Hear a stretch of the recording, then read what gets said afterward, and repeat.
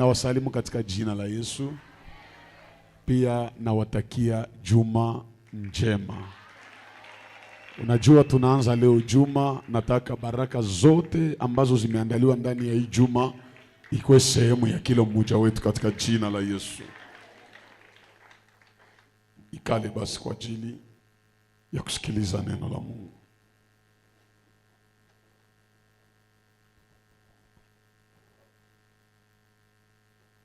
Siri ngapi tena za jiwe la Daudi?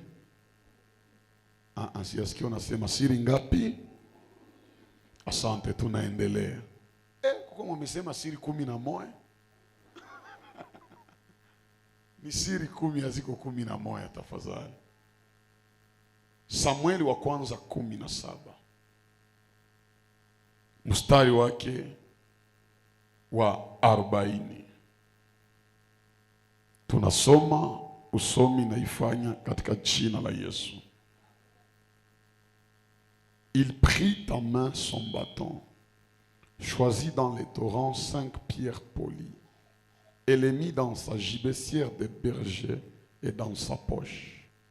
Puis sa fronde à la main, il s'avança contre les Philistins. Amen. Tushangilie usomi wa neno la Mungu.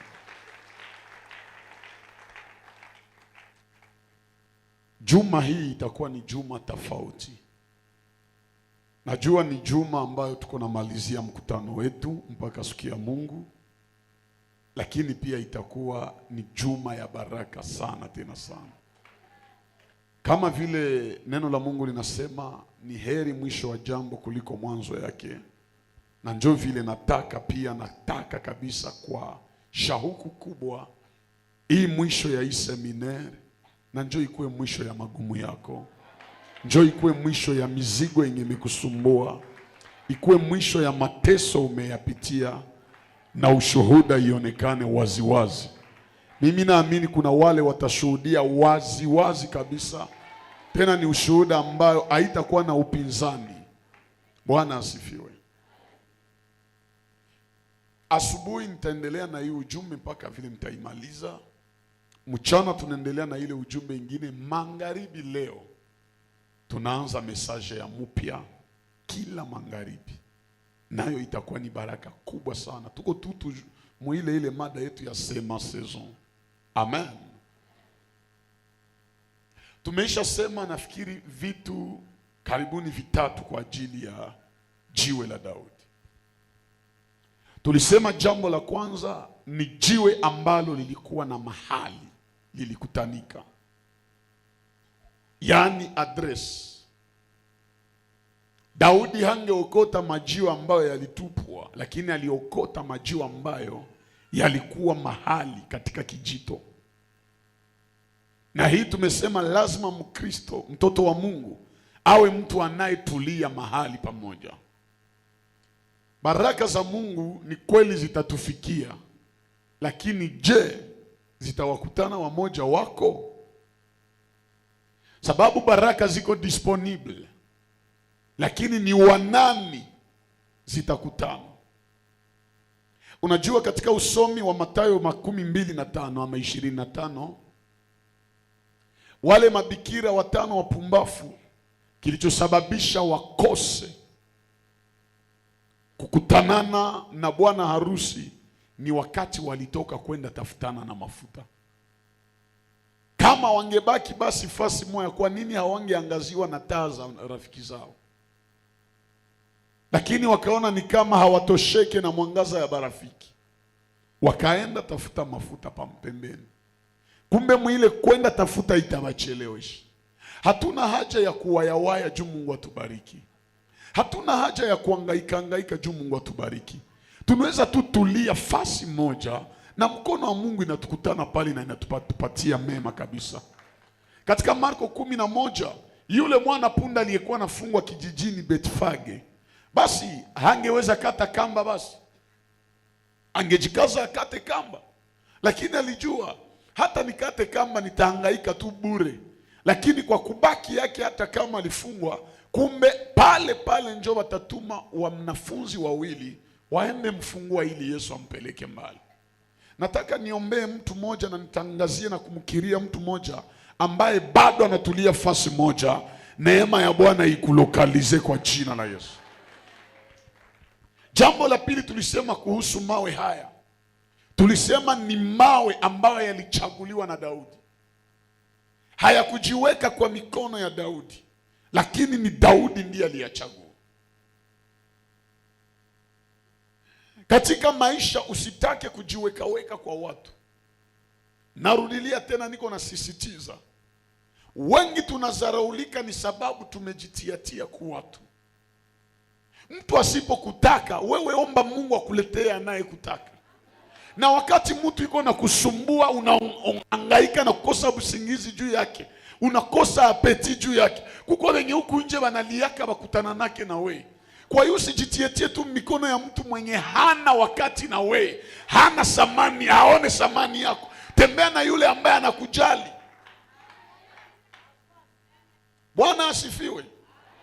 Kama Yesu anaweza toka mbinguni juu yake tutafuta juu anatuhangaikia, wewe unatajibanisha kwa mtu mwenye hakuhangaikia. Connection yako, relation yako ya maana kwanza ni Yesu. Akishakuwa na wewe hata watu hawakutaki, wewe bakia na Yesu tu. Kuna siku, ipo siku atawagusa wengine, watakukaribia. Nilizungumzaka zamani, ndugu zake na Yusufu walimchukia, haikuacha Misri isimpende siku moja. Hapa wanaweza ukataa, lakini fasi nyingine watakupenda. Huyo ataona hauko Valeri, mwingine ataona huko Valeri. Hapana jitiatia mikono ya mtu. Hata unapigwa, hata unakosewa, usiende shusha heshima yako juu ya kujitia kwa mtu mwenye hana wakati na wewe. Mtu anaweza kuwa na kupatia vitu na maneno ya mubaya na unaona kawaida kabisa. Na ni kitu gani atakupatia yenye tabadilisha maisha yako? Jua iseme yako. Bingapi Mungu anatupatiaka lakini hasemaki mbaya juu ya maisha yetu. Tembea na mtu mwenye kama naweza kusaidia, akusaidie, lakini asisahau kama uko mtu wa samani na hapaswi kudharau jua na kusaidia. Salimia jirani, mwambie usijitietie kwa kila mtu. Unajua nawaambia ile kujitiatia njoo inatuletea maproblemu. Njoo inatuletea maneno. Tangu ulikuwa kawe peke, hakuna siku ulisambaka. Hakuna siku balikuikalishaka useme vile mliongea. Lakini tangu ulianza kokotana naye, njoo maneno inakuwa mingi, conflict inakuwa mingi. Omona bakia wewe peke, Mungu atakushughulikia tu. Na jambo la tatu nilizungumzia ni hapa niko. Jiwe hili lilikuwa katika vilindi vya maji. Halikuwa juu. Manake ni jiwe lilijua jificha. Hapa ndio niligusia juzi. Ndugu zangu, wa baba wa mama, nataka niwaambie tena. Mtu mwenye ataenda mbali haiko mtu mwenye anakuwa kana via kuonekana. Maisha ya yulu. Ukitaka valeur yako ipunguke, kuwa najionesha sana. Lakini ukitaka watu waendelee kukusamini, kuwa najificha. Kuwa nataka ufanye vitu vikubwa mpaka watu wajiulize siri yako ni nini, basiijuake. Wakati watu watajua nguvu zako na siri yako, njoo wakati watakumetrize. Na njoo wakati wataanza kuona mtu bure. Haiko juu Mungu amekubariki njoo utie kustati ujulishe watu yote kama tumebarikiwa na Bwana. Huku nje kuna watu wamebarikiwa na Mungu na hawaseme. Kama ulikuwa haujue, ushuhuda ya kabambi haiko yenye si tunashuhudiaka. Ushuhuda mkubwa ni ile yenye watu wopeke wanajiambiaka huyu kabisa Mungu amebadilisha maisha yake. Kuko zingine baraka hata hauseme, tutaona tu gisi Mungu amekubadilishia na tunaelewa huyu Mungu amemtendea. Kinacholeta vita sana ni wakati tunapenda tufanye maisha yetu publicite. Unapata fiancé, hamu ya kuwa tana assurance kama mtaoana, wewe ule ushaanza muandikia mombuchu na unatia kustati. Unatia kustati. Jutu alikwambia je t'aime. Unajua wangapi wanamzunguruka kako? Mbele utie maisha yako en public. Kumbuka vita zapata zenye uko nazo. Kumbuka vita zapata zenye uko nazo, na zikupatie disipline ya kusema vingine ndakuwa na bifanya ya kikubwa. Kuko miujiza zingine Yesu alikuwa anafanya na wanafunzi na anawaambia msiende bisema nje. Bia anafanya miujiza. Mnakumbuka Mathayo 17. Ile fenomen ya Yesu kubadilishwa sura. Elia na Musa wakatokea. Petro akasema ni vema tukae hapa, tujenge vibanda vitatu. Kimoja kwa ajili yako, kingine kwa Elia, kingine kwa ajili ya Musa. Wingu ikashuka, utukufu wa Mungu kaonekana, na sauti kasikiki kasema, Yesu akasema, huyu ndiye mwanangu mpendwa ninayependezwa naye, mumsikilize. Kisha saa utukufu inaisha, Yesu akawaambia, hivi vile mumeona hapa msiviseme nje. Unajua kwa nini? Sababu mtu mwenye alikuwa chini ya mlima na mwenye iko yulu ya mlima hawawezi elewana. Sasa ukitaka ueleweshe wa chini yako hata kuelewa. Mumaisha hii usitake jionesha kujirendre public. Kuko vingine ukifanya hawatavielewa. Kwa hii nyamaza, wakati ukifika wataelewa tu. Sababu hata kama Yesu aliwaambia wasiiseme, lakini leo tunaihubiria, inaandikiwa mbiblia. Kuko vingine bakiana navyo siri yako, iko siku vitatoka kwa wakati na unaheshimika. Lakini we kila yenye unafanya, unaenda ku restaurant, foto ondireni yako, ondireni restaurant yenu, ona telefone ni yako, megani zako, lakini hange usijitukanishe kuyenye ulifanyia depense.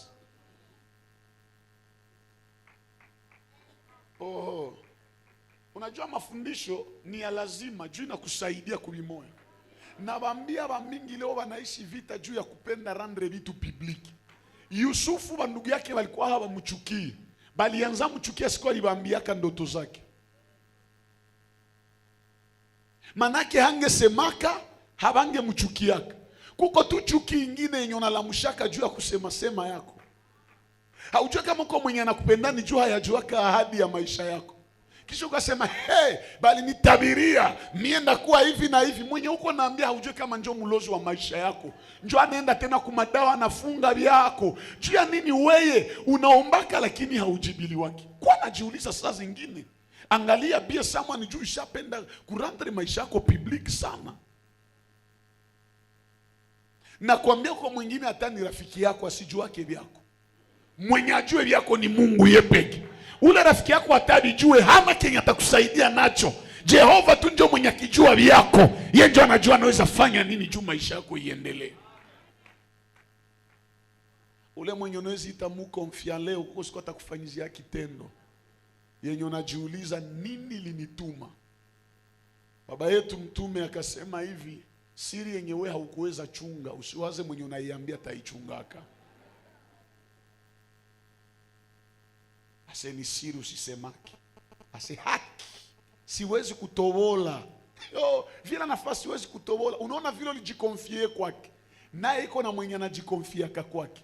Samu taachana ataambia unajua usiniki were. Aliniambia salifa hivi na hivi na hivi na hivi. Kuna mama moja alifanya maisha mabaya Goma. Akapenda elezea barafiki sana. Alikuwa mwanamke mwameoleo. Kwa bahati mbaya akaanguka katika dhambi ya uzinzi. Akatoka na mwanaume wa watu nje. Na iko mwake. Sasa alikutana na rafiki yake ase, wangu nikupe kubisodo, nikupakulie kubibonde. Si nilikuwa na fulani. Si bilikuwa hivi na hivi, usinitoshe nje. Ule mwenzake akasema, haki wangu, wewe njoo mie siwezi kutosha nje. Bakaishi miaka 2 hawayatosha na nje. Kumbe mwenye aliambia simtoshe nje kwa siku watakoroganaka. Mbele uambie mwenye mnazoeana naye leo siri, kwa nakumbuka huko siku mtakoroganaka. Eski ataweza kachunga ile siri? Kisha sasa mubati mubamu kukorogana, mwenye alikuwa zamu mwenzake ni mwenye aliambiaka mwenzake siri. Maana unaambia mtu siri kisha wewe njoo na mkwazi. Kisha mwile kukwazana ishapita deza, hakumbuke kama alimwambia siri. Kamwambia wewe kiwerewere utanifaa mimi. Mwenzake asema sitakufaa kitu. Hauwezi nifaa kitu. Kesho asubuhi mwenzake mwanamke akakia kulupangu. Ndakuonesha wewe. Ule mama sasa usinizoe. Kisha akamwambia, "Mie, unaona mama bakishaanza 5 kisha napiga hapa. Elewa vitu vinaharibika." Sasa mie hivi na hivi na hivi. Njoo mwenzake akamwambia, "Njoo maana ile siku uliniambiaka." Saa mwenzake alisikia akasema, "Kwa jina la Yesu." Tena bwanake alikuwa kama mnyumba. Akatoka mbio mulupango na mwenzake amaliza akasema, "Munitoshee huyu mama hapa nisimuue." Haikuwa sana anaogopa simuue, anaogopa siri sitoke nje. Sasa nini namtuma afike huku kote? Nijua alimwambia siri. Kuko vingine sikutume muzambi, sikutume mkosa, haina tu probleme ya kosa. Na yenye haiko kosa yenye ni siri, ibakie na wewe. Na Mungu yeye pekee aione. Kuko vingine hata ubiseme habatakuelewaka. Tuko pamoja. Wale waliojificha Mungu aliwapeleka mbali sana. Hata katika maandiko ni vigumu Mungu afanye Musa amtie mbele ya watu kama hakumficha kwanza nyuma mlima Horeb. Ça c'est très profond. Je, mnajua kama Mungu alifanya agano na Israeli kwa mlima wa Sinai? Si mnajua ile? Kutoka 24. Agano Mungu anafanya na Israeli nafanyika juu ya mlima Sinai. Na mwenye alikuwa sa vile trebinyo ya ile agano, mwenye Mungu alipitia juu agano ifikie Israeli, si ni mtumishi wa Mungu Musa. Kumulima gani? Sinai. Kuile ile mulima Sinai njo kwenye siku moja Musa nashuka utukufu inayala sura yake watu hawaweze muone. Mbele Mungu atie Musa kusinai, alianza naye Horeb. Sema na mie Horeb, kisha sema Sinai. Mulima Horebu na njo mulima Sinai ni mulima moja. Tuko pamoja? Horeb na njo mulima Sinai. Lakini tofauti ni nini? Mulima Horebu ni mugongo na Sinai njo sura, me mulima moja. Mugongo ni Horebu, sura ni Sinai. Hasa Mungu mbele atie Musa kusura, akaanza naye kumugongo. Kumugongo manake ni kwenye watu hawaone Musa. Pale njo kwenye fimbo ya Musa inaweza geuka nyoka, Musa na ikimbia. Mungu anamwambia usiikimbie, ikamatie kumukia. Wakati unajificha ni juu Mungu akukaribie, akufundishe vyenye utametrize, ili utakaposimama mbele ya watu ufae. Niliongea na watumishi niseme hapa, muniambie ile fimbo ya Musa seli mchomokaka, tulisomaka Kutoka sura 4 mstari wa 2. Mungu anaambia Musa, uko na nini mkono? Sema niko na fimbo. Tupa hayo chini. Musa anatupa fimbo, ikageuka nyoka. Ase Musa sasa aliona fimbo nyoka, akakimbia. Fimbo yenye ameishi nao miaka 40, lakini sasa geuka nyoka na ikimbia. Eresmali ikimbiana hakuna mtu. Uniambie angeikimbia mbele ya Faraoni kwa bambia, Mungu amenituma mie njo ndaokoa Israeli. Nani mwenye angeitika kama Musa atabaokoa na naogopa fimbo yake? Manake sa Mungu anakuambia jifiche, anapendaka kupatia experience ya mpya. Anapenda akuvike vifaa vinavyofaa, ili utakaposimama mbele ya watu usipatishe haya.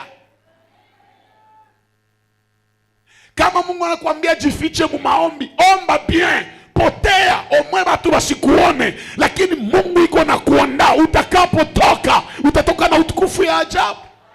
Kila beba napenda onekana habaferi ya maana, habafikieri ya maana. Wakati pembe ya mafuta ya ufalme ilifika mwabo Daudi, Samueli wa kwanza 16, bote walitangulia kalipembe libakatalaka, lakini Daudi mwalikuwa na fichama mpori. Salifika wakati ilipofika, ni yeye pembe ilikubali. Nataka niombee mtu mwenye amekawia haonekanake parmi la grand. Haikukuwa laana, ilikuwa ni makusudi ya Bwana, ili utakapotokea ukua wa mafaa. Naomba wakati yako ya kuonekana ifike sasa, na Bwana akuheshimishe mbele ya watu. Gusa jirani, mwambie jifiche kwanza. Mwambie jifiche tena. Mungu hawezi ambia Elia aende shusha moto na hayamficha. Lazima mwambie jifiche kwa birika, wende jifiche kwa kijito ya Keriti. Elia aliishi pale hatujue miaka ngapi. Pale njo aliishi kibombobombo, iko na mkulisha mkate na nyama asubuhi na magharibi. Ninachokipenda, kama unajificha na Mungu jua anaruhusu, anakuwa kiko na kuandaa, lakini hata kuacha ukufie pale. Anakuwa tu na pourvoir kidogo kidogo, ile kidogo yenye wengine wanakosa anakuwa naikuletea pole pole. Mtu mwana nipe amen. Ambia jirani, kama ujifiche Keriti unateseka kama uko Elia. Mungu aliambia Elia jifiche. Kisha kafika wakati Mungu anamwambia toka uende jionesha sasa. Lakini wewe unaenda jionesha na wakati haijafika. Sir, atona pendana na garçon. Usikuwe naenda jionesha. Utashtukia mnafika mbali sana. Na wewe ndio unapoteza. Unajua raha ya mariage? Bwana Yesu asifiwe. Wengi wamepoteza thamani yao sababu ya kutaka onekana. Na acha niwaambie, kila mwenye anaonekana sana, haiko tu valeur yake ndio inaishaka. Esprit de mort inatembea kana yeye. Muniambie mumai, kama watu walizama, bawapi wewe wanapanda hiyo? Ni nini ndio napanda hiyo? Si ni maiti. Memuzima na kuwaka yule anakuwa chini. Wa chini anaonekana. Ambia jirani, ukijionesha onesha maki kutumu maiti moya hivi.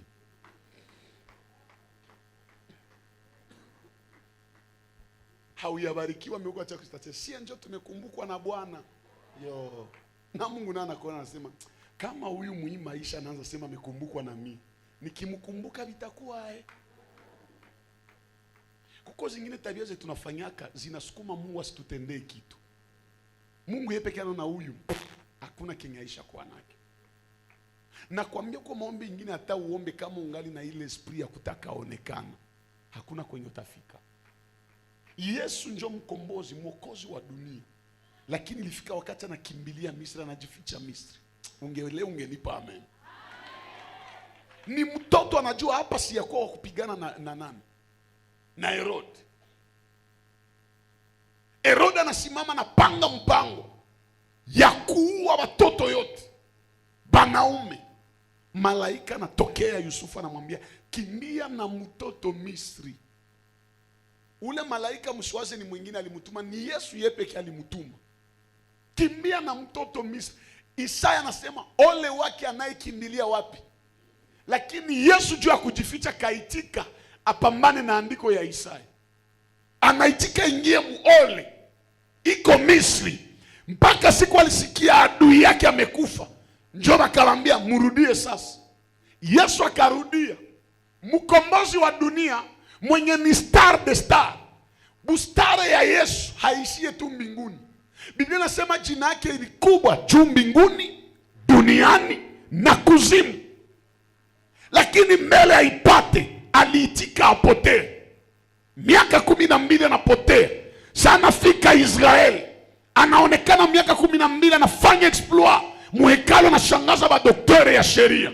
Akaona nikiendelea hapa wataniua, akajificha. Sana eneza 30 ans. Anajipima, naona hapa nimeelewa. Hapa nimekomala. Hapa nimeenea. Akaendea Yohana. Anamwambia nibatize. Yohana anataka tala. Akamwambia lazima tutimize haki yote. Yohana kabatiza Yesu. Muniambie, saa yenye anabatiza Yesu, si alimtia mumai? Anamzamisha pendant quelques secondes mumai. Kati ya Yohana na Yesu mkubatizwa nani mwalionekana? Haiko Yohana. Yesu anafichama. Saa Yesu anatoka, mbingu zikafunguka. Hazikufunguka juu ya mwenye iko naonekana. Zikafunguka juu ya mwenye aliitika afichame na kusema huyu ndiye mwanangu mpendwa. Wakati ingine ukipotea, Mungu atakuyaka kurevele kwa watu na itakuheshimishaka. Na inua mkono ya kuume nitangazie mwenye amejificha sana. Mwile maombi umejificha, umejitenga na vitu vingi. Mungu wa MCPM akufunulie sasa utukufu yake. Unanipa amena? Mungu azidishe baraka. Unanipa amena zaidi ya baraka, ushuhuda ikufuate. Wale ambao wanakosa ndoa, Bwana wapatie ndoa. Wale ambao wanakosa kazi, Bwana akupatie kazi.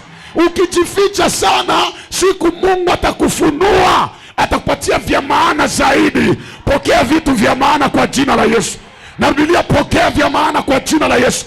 Popote huko ukitufuata, pokea vya maana kwa jina la Yesu. Lazima tuitike, tupotee. Acha mnikubaliane na mie, kama Yusufu angeenda tafsiri ndoto na wengine ya tafsiri, bangesema na sisi tunajua. Neema tu ilikuangukia wewe. Lakini Yusufu akabakia mprison. Mpaka saa wote banashindwa. Njoo Yusufu anakia kwa wakati. Kuna vitu vingine ukivifanya mzuri utapata tu wapinzani, ni sababu ulivifanya kwa muda usiofaa. Lakini ukivifanya kwa muda unaofaa, hakuna mtu atakupinga. Bangali na kupinga juu kwa pendo ufanye vya mzuri, lakini haiko kwa wakati yao.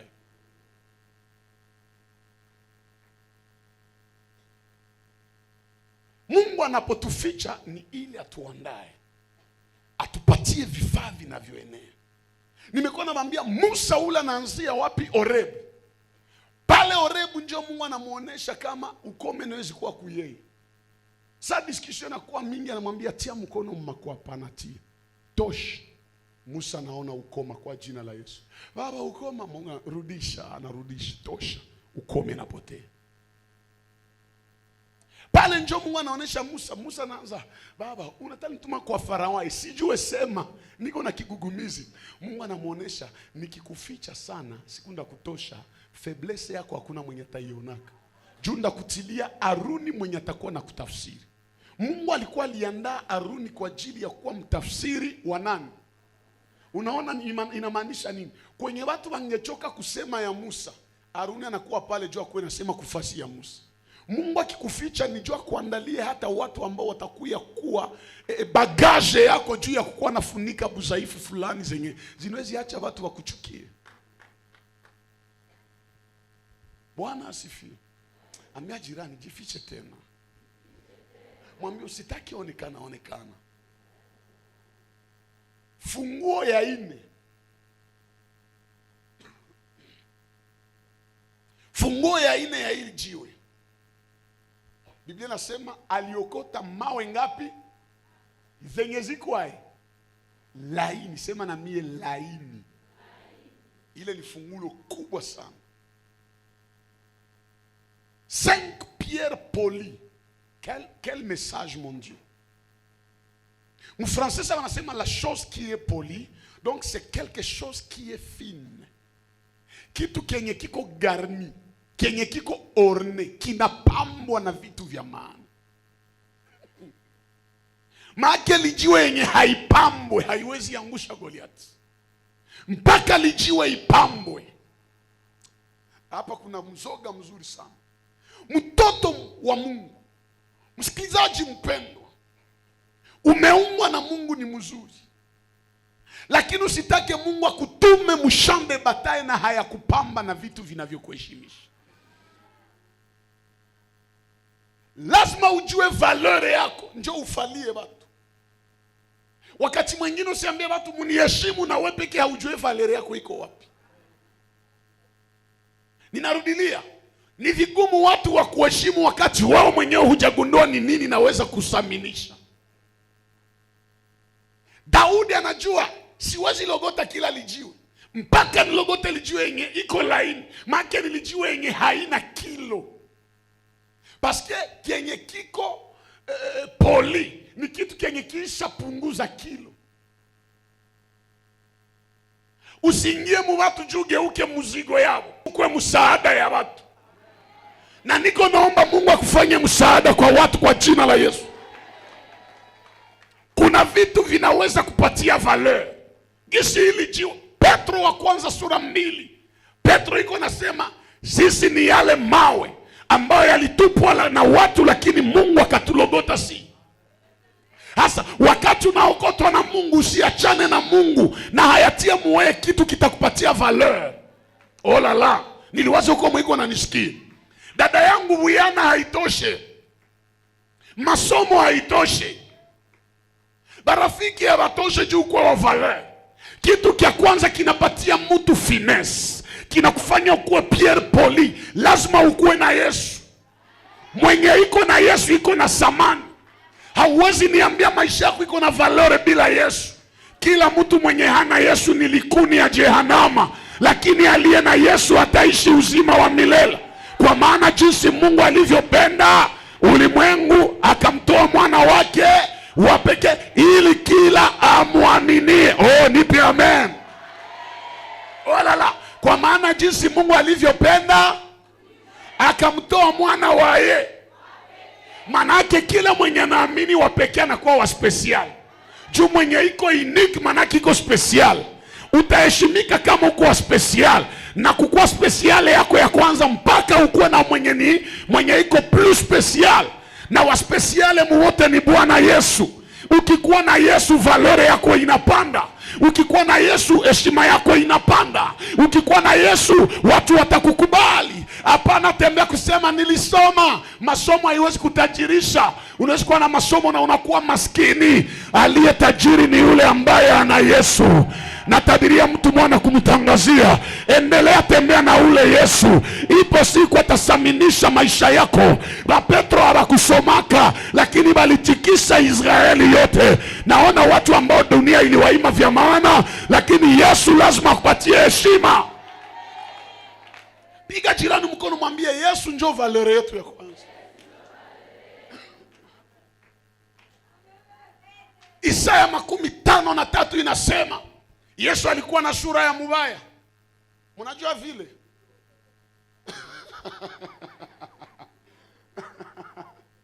Isaya njoo anasema bien c'est ule mwana kondoo mwenye alichinjwa kwa vidonda vyake tulipona seme. Hakuwa na sura ya kuvutia. Hivi na nyinyi mnawazai sio kwa bogari. Yesu alikuwa bogari. Nijua mjue Isaya alimuona hai. Isaya aliona Yesu mwenye iko nateseka. Mwenye sura yote na yala madamu, utaona buboa ye mudamu. Maandiko nasema hakuwa na sura na uso wa kuvutia watu, lakini yote aliyemtazamia ni pale ndio akapata utukufu. Ukiona Yesu, ukikuwa na Yesu, hata maisha ikuwa na utukufu, maisha itang'aa. Hakuna raha sawa vile kukuwa na Yesu. Juu mwenye iko na Yesu iko na vitu 5 vyenye iko navyo assurance. Ya kwanza ni amani ya roho. Mwenye iko mu Yesu hakuena probleme na mtu. Na hata umtafuta kwa probleme, yeye hana wakati ya kutafutana na wewe kwa probleme. Jambo ya pili, mwenye iko na Yesu hapate magonjwa ya tension. Umuseme usimuseme haangaike, juu raha yake ni Yesu yepeke. Neno la Mungu limesema furahini, furahini, nasema tena furahini katika Kristo. Ukikuwa na Yesu ni raha. Usiku yote raha. Unakuwa na amani hata ulale balozi bakuya hauhangaikake kama uko na Yesu. Unalalaka usingizi mnono. Faida ya tatu ya mwenye iko mu Yesu ni assurance ya sante. Imeandikwa kwa kupigwa kwake sisi tumepona. Manake hata magonjwa ikuya kama uko na Yesu, magonjwa na kiaka na inajua ndashindwa tu. Inakia tu kutante lakini najua mimi nakuya hapa lakini haiko kwangu. Niko na inua mkono kwa wagonjwa. Kila magonjwa likukamata ikuache. Nasema ikuache sababu uko na Yesu, kwa vidonda vyake umepona. Hata ni magonjwa ya ikuwe sida ikuache, ikuwe miome ikuache, ikuwe prostate ikuache, ikuwe sijue hemorrhoide ikuache, ikuwe sijue rheumatism ikuache, ikuwe sijue appendicite ikuache. Kila magonjwa yote ile mamiome zikuache kwa jina la Yesu. Ile maestoma zikuache kwa jina la Yesu. Ile mamode tete zikuache kwa jina la Yesu. Niko na inua mkono ya uponyaji juu yako. Bwana akuponye sababu kwa vidonda vyake tumepona. Sijua ni nini balifungi yaka kwa maisha yako bakakubanisha ile mgonjwa. Ikuache, ikuache, ikuache, ikuache.